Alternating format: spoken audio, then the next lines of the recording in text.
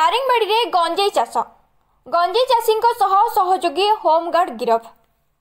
Police पक्षरु Daringbadi थाना चलिला अवैध गंजेई चाष नष्ट कार्यक्रम।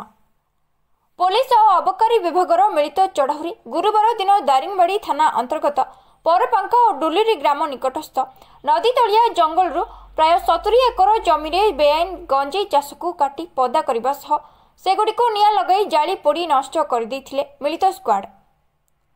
नष्ट कर गंजेईर आनुमानिक मूल्य 8 कोटी 5 लाख हेबा नहीं तथ्य रखिला पुलिस।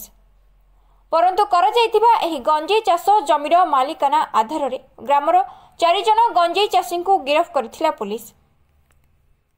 गिरफ मध्य ग्रामर मानस प्रधान बयस 32, राजू बेहरा बयस 29, प्रफुल्ल कुमार प्रधान बयस 60, आदिकंद प्रधान बयस 50, दारिंगबाड़ी थाना कार्यरत जैनिक गृह रखी सत्यजित मल्लिक को चाषी को सहयोग करने घटना गिरफ कर कोर्ट चालाण करिछि पुलिस। एने शुक्रवार दिन अतिरिक्त जिला आरक्षी अधीक्षक सांबादिक सम्मेलन में सूचना प्रदान करछन्ते। कंधमाल पुलिस द्वारा दारिंगबाड़ी थाना आयोजित एही सांबादिक सम्मेलन में अंचल में बेआईन भावे हेउथिबा गंजेई चाष और कारोबार को बंद करने को अनुरोध करछन्ते।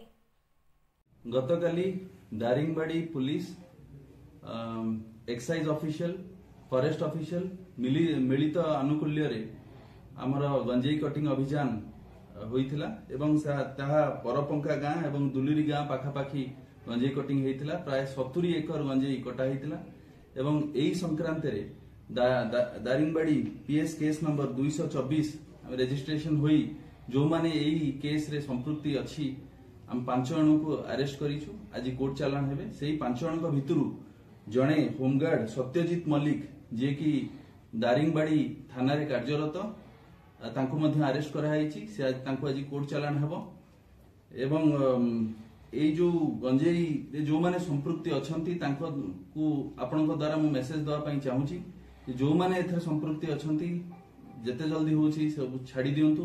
गंजेई रे संपृक्ति रहंतु नाही एवं जीरो टॉलरेंस अछि हमर कंधमाल पुलिस रो जो माने गंजेई रे संपृक्ति रहिबो इमिडिएटली जिला पुलिस तरफ रु दृढ़ कार्यानुष्ठान निये। केसरे आमे से ऑडियो टी पाइछे किंतु जेहेतु प्रिलिमिनरी स्टेजेस ऑफ इन्वेस्टिगेशन अछि आर तदंत सापेक्ष अछि से ऑडियो एवं जे कोनोसी भी लोक एथरे संपृक्ति थिबो ताकू इन्वेस्टिगेशन जणा पड़ला परे दृढ़ कार्यानुष्ठान निये। सेटा तो हमर तदंत चलीछि एवं जे कोनोसी जिंस भी तदंत भितरे आसुछि आमे सबु जिंस को तनखी जांच करूचे। जे कोनोसी जिंस एवं जे कोनोसी लोक आसीबो सेही तदंत परिसर मुक्त आमे जे भी इन्वॉल्वमेंट रहिबो आमे इमिडिएटली कार्यानुष्ठान हो।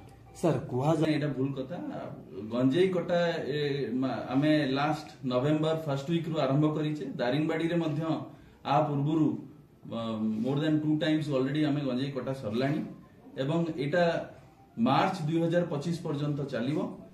एटा कंटीन्यूअस प्रोसेस अछि। एटा वन ऑफ इंसिडेंट नुह जे आमे आगुरु कटा हो नथला एबे होबो सेही भला नुह।